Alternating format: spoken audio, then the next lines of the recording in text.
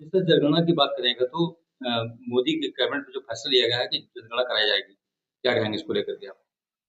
मोदी जी का जनगणना कराने का निर्णय ये बहुत लेट से आया है, क्योंकि बहुजन समाज पार्टी की हमारी नेता मान्या बहन जी और बहुजन समाज पार्टी इस बात की बहुत दिनों से मांग कर रही है। और मैंने देखा है कि कांग्रेस पार्टी भी जब सरकार में थी तब भी जातीय जनगणना की मांग हम लोग करते थे, लेकिन कांग्रेस ने भी जातीय जनगणना नहीं कराई। और आज भाजपा से, जब भाजपा की सरकार है तो कांग्रेस के लोग भी मांग कर रहे हैं। वही हाल हमें भाजपा का भी दिखाई पड़ रहा है। इनकी सरकार तो 14 से है, आज इसमें क्या चल रहा है, 24-25 चल रहा है। 14 से आज 25 चल रहा है, यानी 11 साल हो गया। चलो देर से ही सही, अगर ये जनगणना करा रहे हैं इसके लिए इनका स्वागत है। और इसके लिए तो बहुजन समाज पार्टी, माननीय कांशीराम साहब मान्या बहन जी ने जब बहुजन समाज पार्टी बनी है उसी वक्त ये नारा दिया था, जिसकी इतनी संख्या भारी उसकी उतनी हिस्सेदारी। और नारा ही नहीं दिया, करके दिखाया। तमाम ऐसी जाति समाज के लोग इस देश में रहते थे जिनको वोट देने का अधिकार बाबा साहब ने तो दिया था, लेकिन उनको चुनाव लड़ने का अधिकार नहीं था। कोई भी राजनीतिक दल उनको चुनाव लड़ने का मौका नहीं देती थी। वोट पड़ना शुरू हुआ 1952 में, बहुजन समाज पार्टी गठन हुआ 1984 में।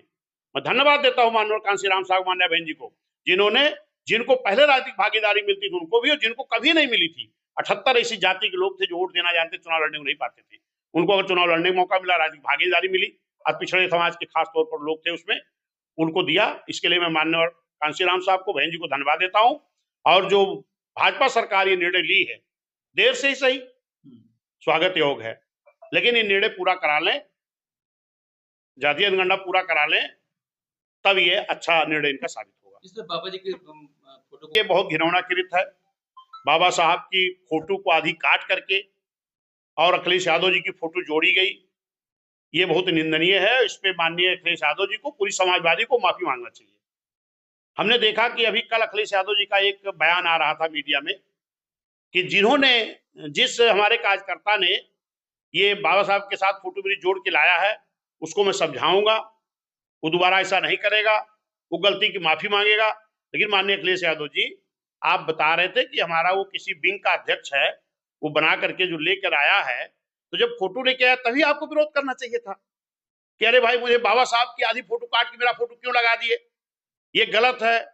लेकिन नहीं, उस वक्त तो हंसते हुए फोटो को स्वीकार कर रहे थे, और अब कह रहे हैं कि उसको हम समझाएंगे। माननीय अखिलेश यादव जी को उसी वक्त उसको समझाना था कि बाबा साहब के बराबर मेरी फोटो कहां जोड़ दिए हो, लेकिन उनको लगा कि हम बाबा साहब बराबर हो गए हैं। बाबा साहब इस विश्व के विद्वान हैं, बाबा साहब बराबरी कभी नहीं कर सकते। माननीय अखिलेश यादव जी बाबा साहब के कोने के बराबर भी नहीं है जो बाबा साहब है। तो इस पे जो कह रहे हैं ना कि हम समझाएंगे अपने कार्यकर्ता को, तो ये तो उसी वक्त समझाने की जरूरत थी